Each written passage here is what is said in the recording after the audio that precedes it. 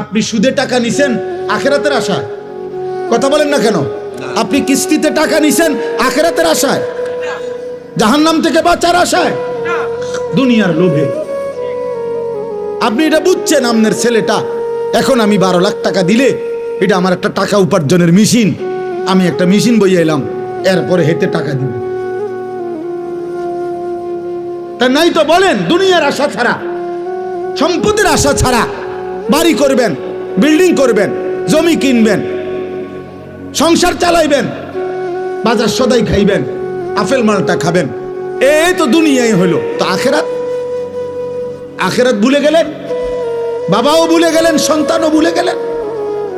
আপনার ছেলে উপার্জন একদিন কর্মে না গেলে আপনার মনে গুসা হয়, কিরে ফুর্তি কি শুরু করলি, কামে যাস না কা। কিন্তু আপনার ছেলে 365 দিনে, খোদার এক বছরে একদিনও ফজরের নামাজ পড়ে না, একটা দিন পড়ে না, এত বড় জানোয়ার মুসলমানের ঘরে ঘুমায় কেমনে? পরে জিজ্ঞাসা করেন না, ওই ছেলেটাকে জিজ্ঞাসা করেন তুই মানুষ না জানোয়ার, পরে বলতে পারবে। একদিনও তুমি 365 দিনে মুসলমানের ঘরে জন্ম নিয়ে তুমি একদিনও ফজরের নামাজ পড়বা না?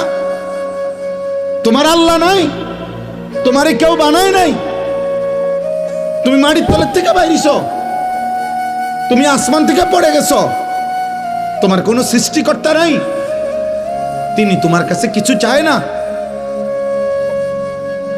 আস্তাগফিরুল্লাহ, আস্তাগফিরুল্লাহ।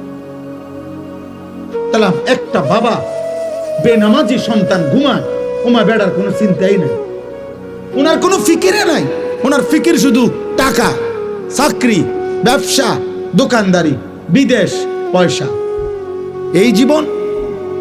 বলেন আব্বা, আখেরাত কেমনে ভুলে গেলেন?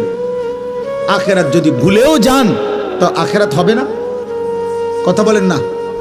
বলো ছেলেরা, বাবা তোমরা বলো, তোমরা যারা আজকে মৃত্যু ভুলে গেছো তোমাদের মৃত্যু হবে না? তোমরা যারা নামাজ পড়ো না তোমরা তো মৃত্যু ভুলে গেছো। তোমাদের যাদের চরিত্র অপবিত্র, নারী দেখে, উলঙ্গ ছবি দেখলে, নারী দেখলে, জিনা ব্যভিচারের দৃশ্য দেখলে, হারাম নারী দেখলে বীর্যপাত হয় শরীরের মধ্যে, আর এই শরীর তখন নাপাক হয়। নাপাক জিনা করিলে, ব্যভিচার করিলে, নারীর সাথে হারাম সম্পর্ক করিলে, মদ পান করিলে, ব্যভিচার করিলে শরীর নাপাক হয়, অপবিত্র হয়, অপবিত্র। আল্লাহ রসুল সাল্লাল্লাহু আলাইহি সাল্লাম বলছেন, যে ব্যক্তি মদ পান করে, যে জিনা ব্যভিচার করে, খোদার কসম নবী বলছে আল্লাহ তার অন্তর থেকে ঈমান খুলে ফেলে, মানুষ যেমন তার দেহ থেকে জামা খুলে ফেলে।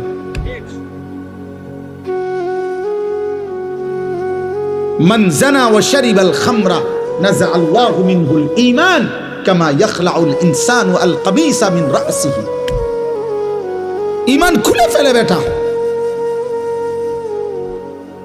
এই অবস্থায় যদি মৃত্যু হয় নাফরমান, মনে রেখো সে মৃত্যু কি মৃত্যু হবে। পবিত্র কোরআনুল কারীমের 24 নম্বর পারা 39 নম্বর সূরা, সূরাটির নাম হচ্ছে সূরায়ে জুমার।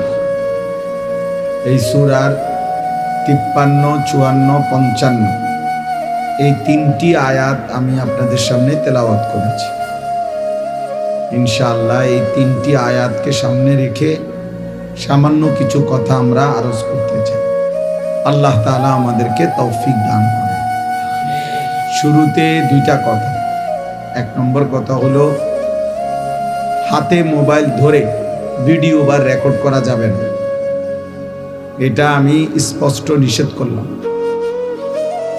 আমার এই কথাটা যার শুনতে মানতে কষ্ট হয়, আপনি চলে গেলে ভালো, অথবা আমি চেষ্টা করব আমি উঠাই দিতে। এই জন্য আমি যেন এরপরে আর একজনকেও হাতে মোবাইল ধরা অবস্থায় ভিডিও বা রেকর্ড করতে না দেখি, তাহলে আমি আপনারে ধমক দিয়ে উঠাই দেব। নিজের থেকে চলে গেলে আমার কোনো অসুবিধা নেই। মনে করেন রাগ করে চলে গেলেন, যে আপনার মতো হুজুরের ওয়াজ শুনলাম না, আপনার মতো বেডাইত্র আমি বললাম না, বুঝেন না? এই জন্য আমার কোনো অসুবিধা নেই। এটা কোনো আমার নির্বাচনী জনসভা না, আমি কোনো ভোট প্রার্থী না। অতএব সকলের সমর্থন জরুরি না, আখেরাত জরুরি।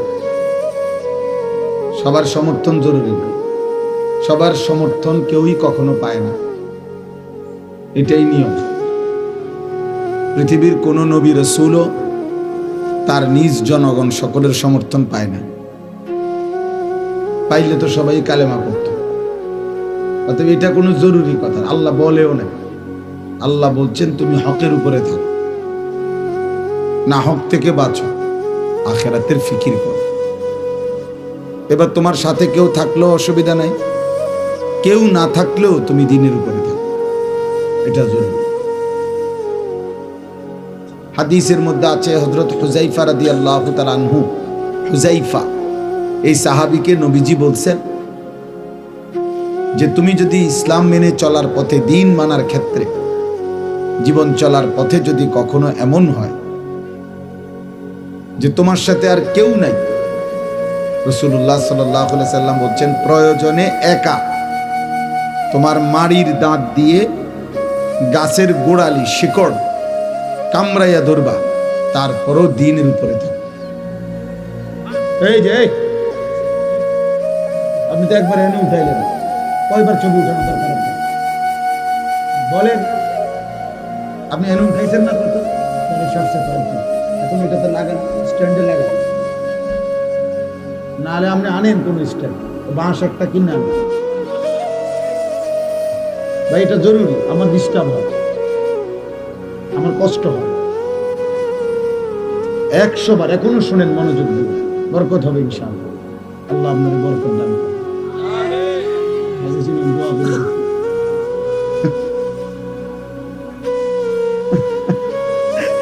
আল্লাহ কবুল করে।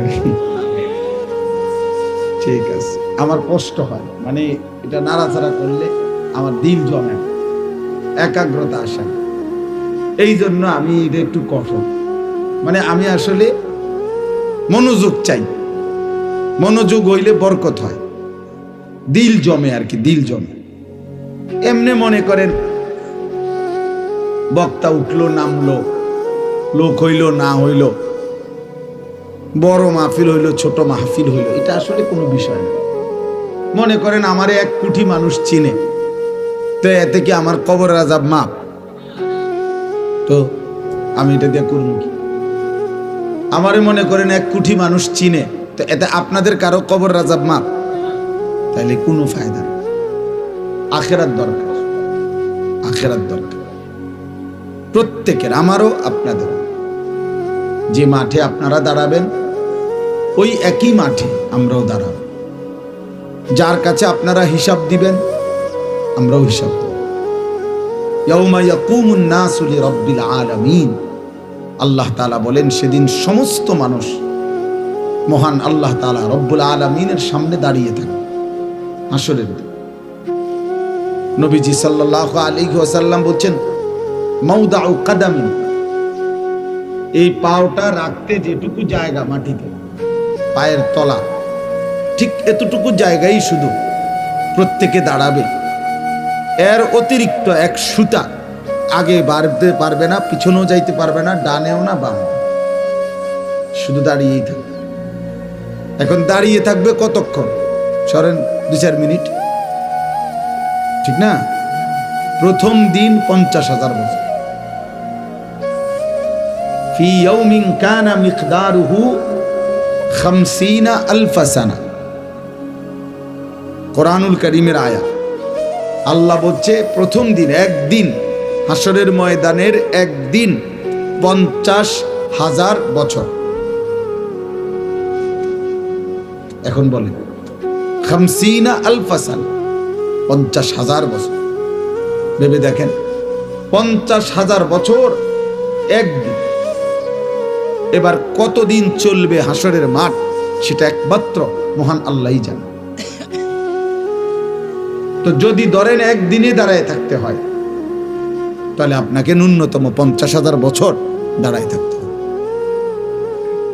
আর যেখানে দাঁড়াবেন সেখানে মাথার উপরে সূর্য থাকবে। যেখানে দাঁড়াবেন তখন এই সূর্য যদি মাথার উপরে থাকে তো পায়ের নিচের জমিনের উত্তপ্ততা গরম কেমন হবে? আমরা হজ্জের মধ্যে প্রতি বছর এইবারও আরাফার দিন, মানে যেদিন হজের মূল দিন, আরাফার ময়দানের সেদিন আল্লাহরই কুদরত, আমি সবসময় মনে হয় যেন আরাফার দিন মানে যেদিন মূল হজ, সেদিন মনে হয় যেন সূর্যের তীব্রতাটা, প্রখরতাটা বেশি, প্রচন্ড সূর্যের তাপ। তো আরাফার দিনে হজ্জের মধ্যে একটা সুন্নত আমল হইল, তাঁবুর বাহিরে খোলা জায়গায় খালি আকাশের নিচে দাঁড়িয়ে কিছুক্ষণ দোয়া করা। নবীজি করতেন, করছেন। এইটা ওলামায়ে কেরাম আমল করে।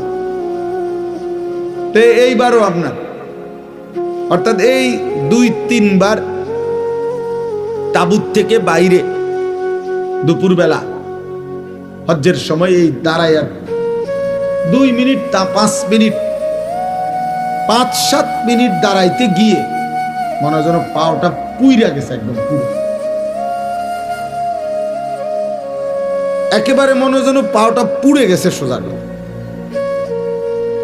আমি যতবারই উমরার সফর থেকে, হজ্জের সফর থেকে ফিরি, মনে হয় যেন পুরাটা চেহারা রৌদ্রে আলগা একটা পাট পড়ে গেছে, কালো।